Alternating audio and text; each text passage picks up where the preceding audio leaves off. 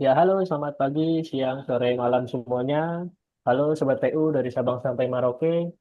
Kali ini, di hari ini kita ketemu lagi di podcast ASN Kementerian PU Kalimantan. Nah, di podcast kali ini kita bertemakan jaga bahasa, jaga jati diri. Pertama-tama, perkenalkan, nama saya Ferdi Aditya Firmansyah dari Balai Pelaksanaan Jalan Nasional Kalimantan Tengah. Di sini saya sebagai penata kelola jalan dan jembatan ahli pertama. Ya, di episode ini, di hari ini, kita bakal bahas satu hal nih yang mungkin kita sering lupa, sering kita luput dari obrolan sehari-hari. Apa sih? Nah, itu ada bahasa daerah. Bahasa daerah bukan cuma sekedar alat komunikasi, tapi identitas, warisan budaya, dan bukti keanekaragaman dari Indonesia itu sendiri. Dan sebagai ASN, kita juga punya peran untuk ikut menjaganya. Kebetulan hari ini saya sudah ditemani nih bersama 6 rekan CPNS dari Kementerian PU khususnya di Kalimantan. Mungkin bisa kenalan satu persatu dulu ya teman-teman semua. Bisa dari Mas Rio dulu mungkin. Ya, terima kasih Mas Ferdi Aditya. Perkenalkan nama saya Ferdi Historio Hamonangan dari BP2JK Kalimantan Barat. Ini saya senang sekali ya bisa bergabung dalam podcast kali ini untuk membahas topik yang sangat penting walaupun sering terluput dari kita sehari-hari ya tentang bahasa daerah. Eh, karena ini sangat penting sekali menjadi kekayaan budaya yang harus kita jaga di masyarakat khususnya tempat kita membangun infrastruktur. Terima kasih.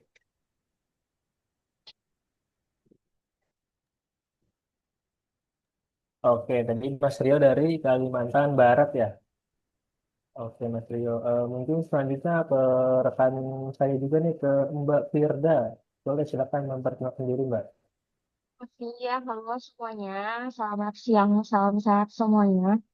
Kenalin, saya Firda dari BP2JK Kalimantan Timur di Kota Samarinda. Eh, Hari ini kan kita akan bahas bahasa daerah nih. Jadi kalau jujur bahasa daerah di Samarinda itu kan kaya banget.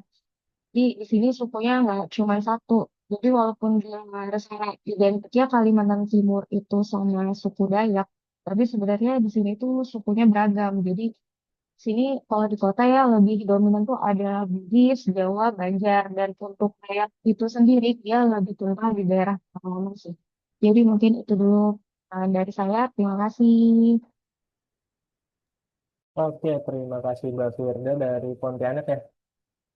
Oke, mungkin selanjutnya boleh Mbak Fitri, silakan memperkenalkan diri juga Mbak Fitri. Terima kasih Mas Ferdi. Halo semuanya. Nama saya Fitri dari BPK Kalimantan Barat, tepatnya di Pontianak. Nah, di daerah saya ini bahasa Melayu Pontianak masih sangat sering dipakai nih, terutama dalam percakapan sehari-hari. Nah, sebagai ASN, kita punya tanggung jawab untuk tetap melestarikan budaya. Salah satunya termasuk bahasa. Makasih. Oke, terima kasih Mbak Fitri dari Pontianak juga ya tadi ya. Selanjutnya silakan Mbak Nanda. Boleh Mbak Nanda memperkenalkan diri Mbak? Oke, terima kasih Mas Ferdi. Perkenalkan saya Prananda dari Samarinda, Kalimantan Timur. Di Samarinda sendiri penggunaan bahasa lokal masih kuat di area keluarga ya, tapi mulai pudar di lingkungan kerja dan pendidikan. Kondisi ini mendorong saya untuk ikut mengangkat kembali penggunaan bahasa daerah di sekitar sih, khususnya dalam media edukasi dan komunikasi sosial, agar generasi muda tetap bangga dan tidak merasa asing. Itu saja. Oke, terima kasih Mbak Nanda. Selanjutnya boleh Mas Priyanto. Silakan memperkenalkan diri juga Mas. Halo, terima kasih Mas Ferdi. Perkenalkan, saya Rian, asal dari Manado. Kalau di Manado sih sebenarnya bahasa yang digunakan itu dominan bahasa Manado ya, buat percakapan sehari-hari. Tapi di Sulawesi Utara itu sebenarnya terbagi dalam beberapa suku. Dan suku-sukunya itu kayak punya bahasa masing-masing gitu loh. Jadi kayak dari suku ini punya bahasa sendiri, dari suku ini punya bahasa sendiri, tapi kalau ngobrol sehari-hari pakai bahasa Manado. Nah, saya yakin juga kayaknya di suku-suku yang lain juga punya bahasa yang keren-keren dan unik-unik ya. Jadi ini jadi suatu budaya yang harus kita lestarikan, apalagi melihat kondisi sekarang itu banyak generasi muda yang sudah nggak tahu lagi dengan bahasa daerahnya. Oke, Mas. Oke, siap Mas Yanto, terima kasih banyak. Yang mungkin yang terakhir ada rekan saya nih, Mas Gali. Boleh silakan Mas Gali di tempat kenalan diri dulu. Ya, halo. Aku Citra dari Oh, Malang. maaf, maaf. Ya, dari Malang, Jawa Timur. Kalau bahasa daerah di tempat asalku sih jelasnya Jawa ya. Kita pakainya Jawa. Cuman untuk apa namanya tiap daerah kita punya identitas sendiri. Jadi kita ada dialek sendiri kayak dialek dari Tengger, dialek dari bahasa Jawa Arean, terus Pendalungan, ada Matraman juga. Nah, makanya kalau bahasa daerah itu menurut saya bukan cuma alat komunikasi, tapi juga sebagai apa identitas adat sama etika. Mungkin itu aja sih, Mas. Oke, terima kasih Mbak Citra. Wah, di ruangan ini, di Zoom ini hampir seluruh wilayah Kalimantan ada ya. Ada dari Barat, Timur, dan saya sendiri dari Kalimantan Tengah. Ya, mungkin biar kita langsung aja ya ke segmen pertama, yaitu segmen pertama ada pentingnya bahasa daerah sebagai identitas. Nah, di sini saya ingin bertanya kepada teman-teman semua, menurut kalian, menurut teman-teman semua, kenapa sih bahasa daerah itu penting untuk dijaga, bahkan oleh kita itu yaitu ASN dari Kementerian PU itu sendiri. Gimana teman-teman? Ada yang mau berpendapat terlebih dahulu?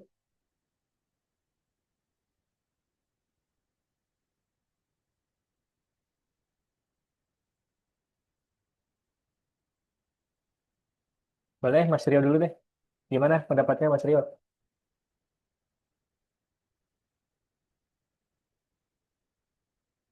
Gimana tadi Mas pertanyaannya?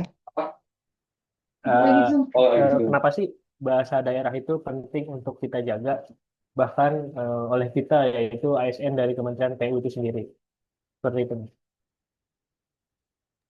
Oh ya tentu saja karena bahasa daerah itu ya, itu adalah sebuah identitas lokal yang sangat melekat dalam masyarakat. Jadi ibaratnya kalau kita bisa mengerti, paham bahasa daerah, bahasa setempatnya, lagi bisa menggunakannya dalam sehari-hari, walaupun kita misalnya pendatang, tentunya itu akan lebih gampang diterima oleh masyarakat. Jadi kita bisa mengakrabkan diri, terus juga khususnya kalau yang terkait dengan pembangunan, itu kan banyak butuh sosialisasi. Nah, itu tentunya akan lebih gampang diterima oleh masyarakat setempat. Menurut saya sih begitu sih. Oke, terima kasih Mas Rio. Nah, coba saya mau dengar pendapat dari Mbak Firda nih. Gimana pendapatnya Mbak Firda? Iya, oke, Mas. Saya setuju sih sama Mas Rio. Jadi, betul bahasa lokal itu tuh sebenarnya bikin masyarakat itu tuh merasa dihargai. Apalagi kalau misalnya ada pengadaan di proyek daerah nih, itu kita tuh nggak cuma butuh data teknis, tapi kita juga butuh pendekatan sosial dan kultural. Jadi misal contoh nih, sekarang kan seperti ada proyek di IKN. Nah, bisa dibilang di saat itu termasuk daerah pedalaman. Jadi pasti bahasa daerah mereka itu lebih kental. Jadi kalau misalnya kita paham bahasa mereka, bahkan kita bisa menguntung bahasa mereka. Jadi itu pasti mereka menganggap kita itu sebagai keluarga. Jadi komunikasi kita tuh bisa lebih santai dan itu lebih mudah. Itu sih Mas Ferdi. Kasih. Oke, terima kasih Mbak Firda. Mm-mm. Kalau gitu saya coba mau nanya ke Mbak Fitri deh. Gimana Mbak pendapat dari Mbak Fitri? Kenapa sih Ya, bahasa daerah itu penting untuk kita jaga gitu Mbak? Silakan oke, Mbak. baik Mas.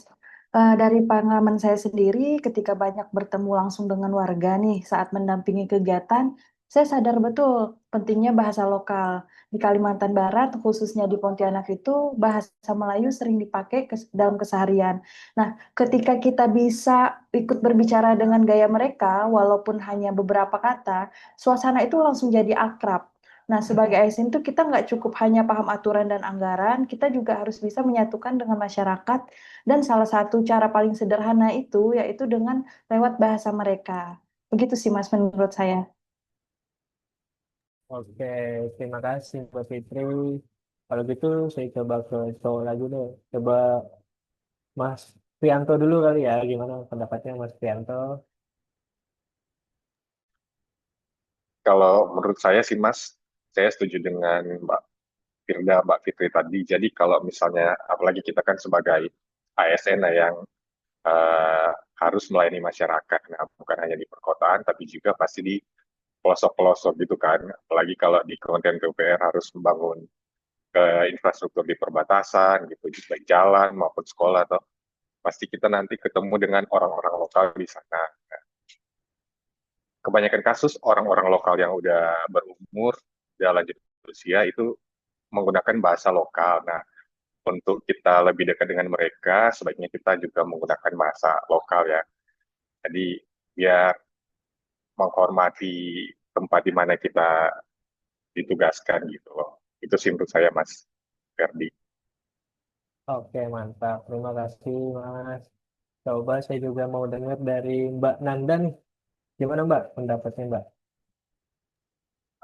Oke, kalau menurut saya sendiri, bahasa lokal itu bagian dari kepercayaan ya. Jadi kalau kita abai, kita akan muncul kesannya seperti ASN asing gitu, atau susah didekati. Kalau bicara dengan bahasa mereka yaitu bentuk bela negara yang halus, saat kita pakai bahasa mereka, kita bukan cuma menyampaikan pesan, tapi juga menunjukkan bahwa kita ini bagian dari mereka.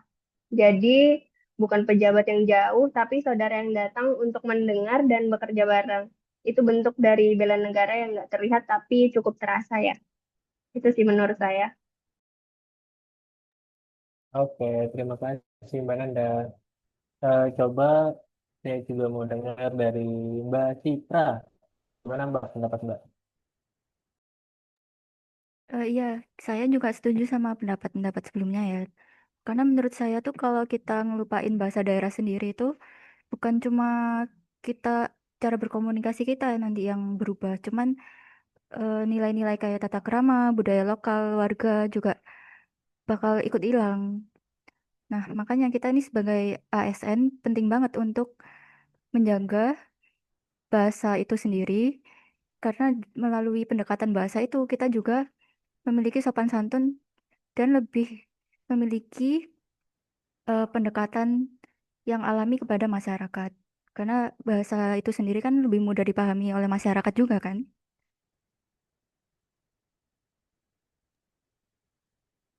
Ya gitu sih Mas.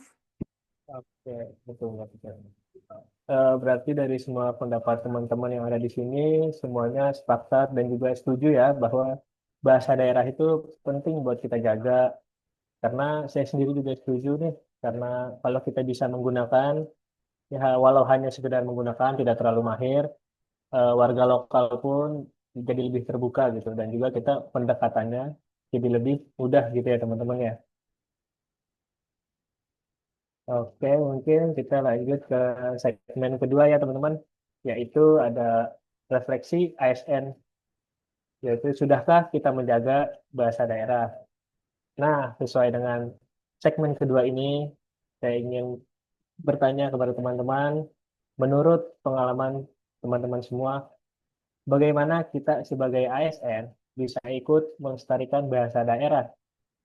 Bukan cuma lewat ucapan aja tapi lewat cara kerja kita itu gimana sebagai ASN tentunya. Mungkin saya mau nanya dari Mbak Nanda dulu ya, pendapat Mbak Nanda gimana? Oke, kalau mendapat saya sih, saya akan membantu komunitas lokal bikin materi edukasi soal proyek pembangunan menggunakan bahasa daerah yang lebih sederhana ya, biar lebih mudah dipahami karena komunikasi yang jelas itu kan kunci dari keberhasilan sebuah proyek. Jadi kalau warga paham, pasti dukungannya juga bakal lebih kuat kan. Terus dengan menggunakan bahasa daerah, menurut saya informasi jadi lebih membumi juga. Ini penting karena partisipasi aktif dari masyarakat itu seringkali lahir dari pemahaman yang utuh. Jadi semakin mereka paham, semakin besar rasa memiliki terhadap hasil pembangunan itu sendiri. Oke, terima kasih Mbak Nanda. Eh, Menarik juga pendapatnya nih. Selanjutnya mungkin saya mau nyoba nanya ke Mas Rio dulu. Gimana Mas Rio pendapat dari Mas Rio sendiri? Eh, Kalau saya ya biasanya karena nih di BP2JK Kalbar ini lumayan banyak juga rekan-rekan CPNS itu dari luar daerah ya. Karena saya sebagai warga lokal Pontianak, jadi upaya saya itu melestarikan bahasa daerah ya dengan mengajarkan bahasa-bahasa yang sering digunakan di sehari-hari di Pontianak ke teman-teman yang pendatang tadi. Ada yang dari Bekasi, dari Semarang, dan lain-lain itu ya. Jadi setidaknya mereka selama bertugas di Pontianak bisa beradaptasi lebih baik di lingkungannya dengan masyarakatnya dan apabila nanti ditugaskan lagi ke tempat lain, setidaknya mereka punya wawasan bahasa yang baru yang bisa dibawa di tempat yang baru. Mungkin itu sih kalau dari saya. Oke, terima kasih banyak Mas Rio atas pendapatnya nih. Selanjutnya saya mau tahu nih pengalaman dari Mbak Fitri kali. Coba Mbak Fitri boleh dijelaskan. Oke, baik Mas. Kalau dari saya sendiri mengusulkan agar setiap presentasi kegiatan yang dilaksanakan di daerah ataupun di kantor itu disisipkan unsur lokal, bukan hanya visual budaya, tapi juga istilah atau sapaan-sapaan dari khas daerah. Misalnya dalam pembukaan presentasi kita awali dengan salam dalam bahasa lokal, itu mungkin hal kecil ya, tapi bisa menunjukkan penghargaan kita pada budaya setempat. Gitu sih. Oke, mantap. Terima kasih Mbak Fitri. Coba selanjutnya saya mau nanya ke Mbak Firda nih. Gimana Mbak menurut Mbak Firda? Kalau ada pengalaman gitu, silakan Mbak. Ya, aku share. Sebenarnya saya setuju juga sih sama Mas Rio sama Mbak Fitri. Jadi untuk mengenalkan bahasa daerah sendiri itu kita mengenalkan ke lingkungan yang terdekat gitu. Jadi karena saya lebih sering di lingkungan kantor, jadi kadang saya pakai istilah lokal gitu untuk memperkenalkan. Misalnya kalau misalnya ada tamu datang ke kantor gitu, pasti saya akan menggunakan istilah-istilah lokal di sini. Apalagi juga kan di sini saat seperti Mas Rio bilang, kita kan ada ASN juga dari luar daerah nih. Kalau misalnya di sini kan ada dari Medan dan Sulawesi, jadi biasanya kita tuh juga guyon pakai bahasa daerah masing-masing. Jadi kita bisa tahu bahasa daerah masing-masing, tahu budaya lokal masing-masing. Jadi dari mereka juga bisa memperkenalkan bahasa daerah dari Kalimantan itu sendiri sih, Mbak. Gitu, Mas. Oke, terima kasih banyak Mbak Firda. Nantinya saya mau dengar dari Mbak Citra dulu kali ya. Gimana Mbak Citra? Kalau di saya nih, saya kan balai saya lagi ada proyek pembangunan di IKN nih. Nah, eh, kalau menurut saya sih, untuk mengenalkan bahasa daerah sini ke penduduk luar, saya lagi nyiapin dokumentasi proyek berupa kayak label-label sama papan informasi menggunakan daerah sini. Jadi nantinya untuk masyarakat dari seluruh Indonesia datang ke IKN nih, mereka bisa tahu, oh ternyata bahasa daerahnya sini tuh seperti ini gitu. Sebenarnya ini sederhana banget kan, cuman apa ada maknanya khusus gitu, kayak makna kuat untuk memperkenalkan budaya sini sendiri gitu. Tuh. Ya. Oke, terima kasih banyak Mbak Citra. Selanjutnya coba Mas Prianto, gimana Mas Prianto?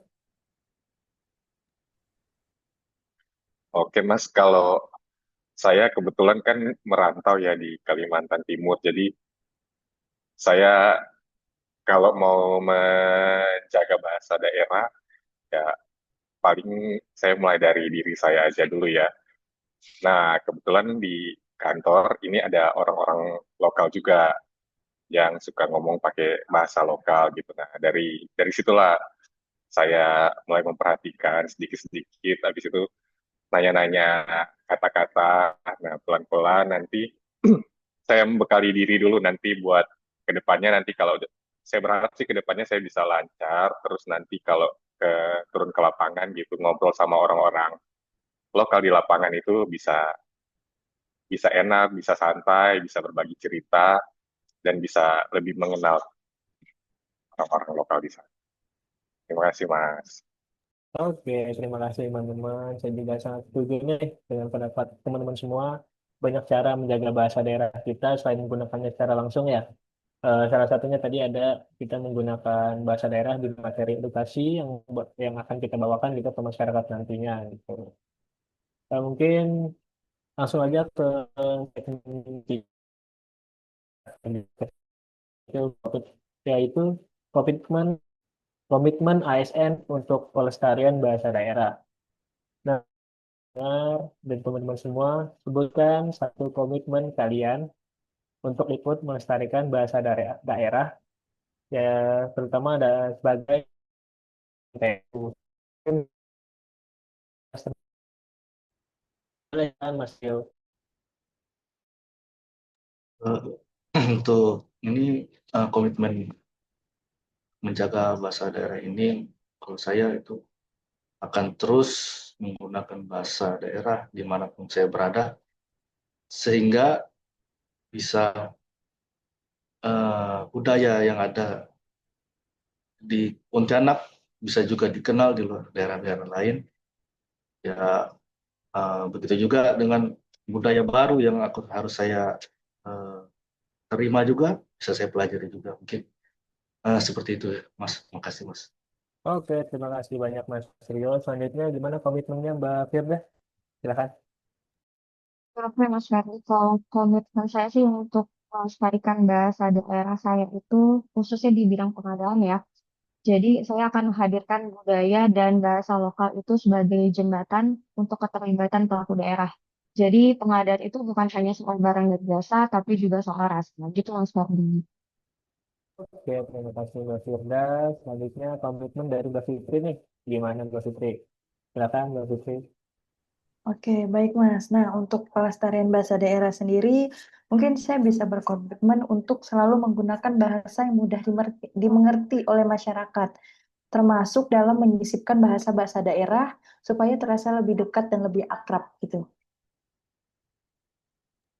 Oke, terima kasih banyak Mbak Fitri. Selanjutnya Mbak Nanda gimana komitmennya? Boleh di-share ke teman-teman. Kalau saya sih akan lebih menyiapkan bahasa daerah dalam komunikasi visual atau laporan keuangan proyek di daerah gitu ya. Dengan tujuannya tuh meningkatkan transparansi, akuntabilitas, sama keterlibatan aktif masyarakat. Terus laporan dan informasi proyek itu masih terasa asing ya bagi masyarakat karena terlalu teknis dan berjarak. Dengan kita pakai bahasa lokal mereka kan kita ingin membuka ruang atau dialog yang lebih setara biar masyarakat merasa proyek ini juga milik mereka bukan cuma urusan pemerintah aja. Oke, terima kasih Mbak Nanda. Selanjutnya Mas Prianto. Gimana Mas? Silakan Mas di-share ke teman-teman juga. Oke, Mas. Kalau saya komitmennya mungkin ke depannya ya, nanti kebetulan di bidang saya akan sering ke lapangan, nanti mungkin di tiap ke lapangan nanti saya paling akan berusaha untuk berbicara bahasa daerah setempat agar memberi kesan saya menghormati budaya dan kearifan lokal masyarakat setempat. Menurut saya sih membangun hubungan yang baik itu mulai dari cara kita berbicara dan berinteraksi dengan masyarakat setempat itu. Dengan kita menghargai nilai-nilai dan budaya, kita tidak hanya menyampaikan pesan, tapi juga kita menumbuhkan rasa kepercayaan dan saling menghargai. Gitu, Mas, kalau dari saya. Oke, mantap. Terima kasih Mas Prianto. Selanjutnya ada Mbak Citra nih. Gimana Mbak komitmen dari Mbak Citra sendiri? Silakan. Kalau saya sendiri sih eh mungkin mau ini ya, apa namanya? Memastikan untuk menggunakan nama lokal sama daerah setempat, sama bahasa daerah setempat maksudnya, untuk label sama papan informasi dari suatu proyek atau gedung. Jadi nggak fokus pada aspek fisik sama teknis aja sih, untuk mengenalkan budaya sini juga, biar biar Indonesia tahu kalau sini itu juga bahasanya bagus gitu. Udah gitu. Oke, terima kasih banyak Mbak Citra. Mungkin tadi itu ada segmen terakhir kita ya. Mungkin penutupnya itu kita mungkin bekerja dengan komputer, dokumen, beton, dan juga anggaran. Tapi jangan lupa, kita bekerja juga di tengah masyarakat yang punya bahasa, cerita, dan kebudayaannya sendiri. Sebagai ASN Kementerian PU, yuk kita tunjukin bahwa kita bukan cuma ngebangun secara fisik, tapi kita juga menjunjung tinggi jati diri bangsa. Mungkin sekian podcast kali ini.